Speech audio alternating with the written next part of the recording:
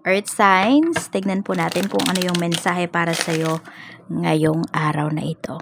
Keep in mind po na ito ay collective reading lamang, kaya pakilawakan po ang isipan dahil hindi lahat ay makaka-resonate. At kung bago lamang po kayo dito sa aking channel, please subscribe and hit the bell button para lagi po kayong updated every time na meron tayong uploads. At kung nais mo namang mag-avail ng ating private readings, ng ating rituals, ng ating tiars, Afeiro Manifesto, ng ating tiars bracelet, ng ating tiars EEA necklace, mag-direct message lang po kayo dyan sa link na nasa comment section. Nakapin po yan. Yan, message lang po kayo para doon sa ating Facebook page. Doon ko po kayo re-replyan. Check na natin energy mo ngayong araw. We have 5 of Cups or energy around you. May malungkot dito. May nalulungkot. We have the Emperor.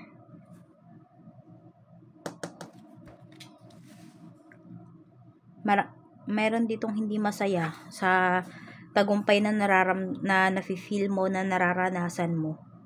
Or nagsusorry sa'yo yung tao na to kasi minaliit ka niya. Basta may malungkot dito, nagsisisi.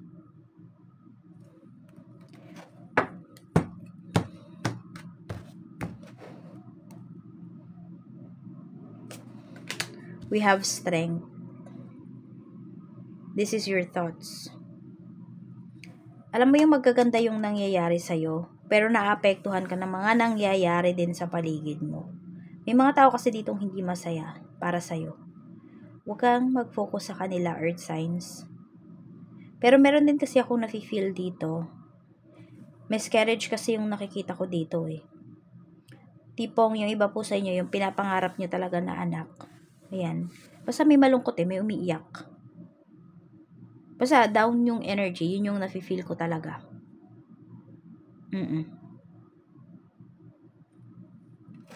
Meron dito, sobrang sakit na ng ulo nyo, kakaiyak. Heavy yung energy today para sa inyo. Kaya clear nyo yung mind ninyo as much as possible. Pwedeng maganap na positive. We have the World. Meron po dito kung kayo ay nagbabalak mag-travel for leisure, magiging okay naman po yan. Smooth lang yung inyong pag-travel. Leisure, ayan nga, mag-vacation. Meron dito kung kayo naman po ay mag-work abroad. Medyo mag-ingat lang po kayo ha. Pero kasi basta inyo medyo matagal nyo na tong pernases. Meron ba dito parang napilitan na lang kayo? Kasi nga yun, may gumastos dito. Pwedeng tinulungan kasi kayo ng isa sa mga family members nyo. Ganyan, basta may tumulong sa'yo dito. So, ang nangyari, parang napilitan kayo. Pag ganun po yung naano nyo, no? Yung nararamdaman nyo, wag na po kayong tumuloy. We have Ace of Pentacles. Ayan. Dahil sa pangarap, yan po, i-go nyo talaga. Good news naman to kung matagal nyong hinintay. No, magiging bad news lang to pag hindi nyo na na-appreciate kung ano yung nangyayari na to. Meron dito talaga parang hindi nyo na siya na-appreciate eh, yung pag-alis na to. Negative energy, 8 of Cups. 8 of Wands.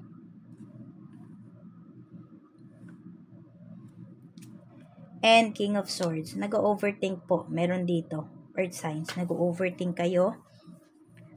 May umiiwas sa'yo dito. Ingat lang po kasi it's either kayo yung may masabi na hindi maganda towards other people or kayo yung makasakit ng damdamin. May ganitong energy dito. At meron ding magpapaalam sa inyo na hindi nyo papayagan. Magtatampo. May nagtatampo sa inyo dito. Basta medyo heavy yung energy para sa inyo today. So, mag saltwater bath po kayo or mag-cleanse kayo ng bahay. O some of you, baka heavy yung energy kasi baka need nyo na mag-declutter ng inyong mga kagamitan. Sa career, sa kaperahan muna tayo, 2 of Swords. Meron tayo ditong 10 of Swords, 7 of Swords. Ingat kayo pagdating sa money ninyo, ha? Mataas yung chance dito na kayo ay maloko. Kaya din siguro may lugmok dito. Baka malaki yung perang nilabas nyo, tapos ang nangyari, ayan. May nanloko sa inyo dito. Tapos ito din. Ito, sabi ko nga, diba, positive energy to, pwedeng maging negative to. Kasi yung tinulong pala sa inyo ay pababayaran pala. Hindi pala siya tulong. May kapalit pala yon. Yan o. So, medyo ingat talaga kayo dito pagdating sa pera ninyo, sa ilalabas po ninyong pera, earth signs. Maging wais daw kayo. Tingnan mo, nagdadalawang isip ka na. Pero baka kasi ituloy mo pa rin. Kaya ayan, once nagdalawang isip po talaga kayo, wag nyo nang itutuloy, ha? Kahit sa isang sitwasyon, sa isang tao man yan, sa isang bagay, wag nyo nang ituloy. Tandaan nyo, hindi po kayo papahamak ng inyong intuition. Sa career naman, 9 of Pentacles, 3 of Wands. So, meron naman dito maganda yung inyong career. Maganda naman yung career mo. Ayan. And turingan nyo nga dito is family. So, wala naman kayong problem, earth signs, sa trabaho. Meron palang malapit ng mag-retire dito. So, work. Kaya din, nalulungkot yung iba sa inyo dahil nakasanayan nyo na yung trabaho nyo na yan eh. Diba? Some of you, for the last 20 years, dyan kayo nag-work, tapos ito na, matatapos na yung career ninyo, kaya nalulungkot yung iba. Sa business naman, we have the Hanged Man, Queen of Cups, so may hinihintay kayo dito, deliveries, may hinihintay kayong client dito. Okay, meron po dito pwedeng nagpa-reserve sa inyo, nitong nakaraan, tas ngayon niya daw kukuhanin yung order niya. Tagal oh. Mukhang magkakaroon ng aberya, magkakaroon ng problema po dito.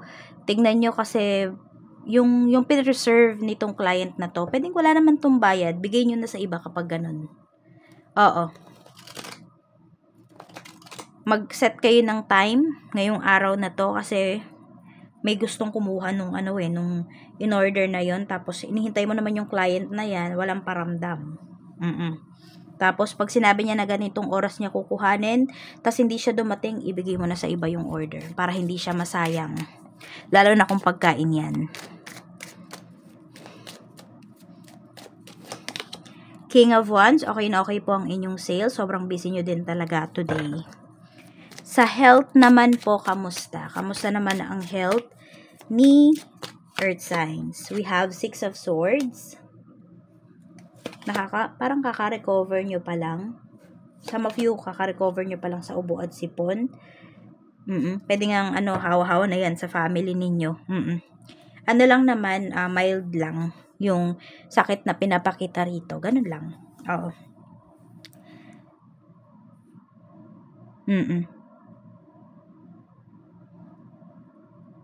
So, yun lang po ang pinapakita rito. Wala naman ng iba. Tingnan natin.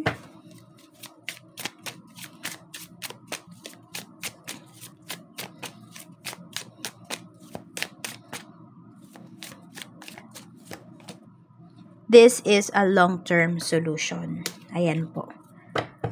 May mga gagawin kayo dito na akala nyo short-term lang yung magiging effect nito, pero long-term pala. This is a long-term solution. So, kung may mga problems kayo, ayan po, may solusyon at pang matagalan yung solusyon na to na maiisip ninyo na gagawin ninyo. So, yan lang po. Maraming salamat. Ingat ka always, Earth Signs, and more blessings to come. See you again tomorrow.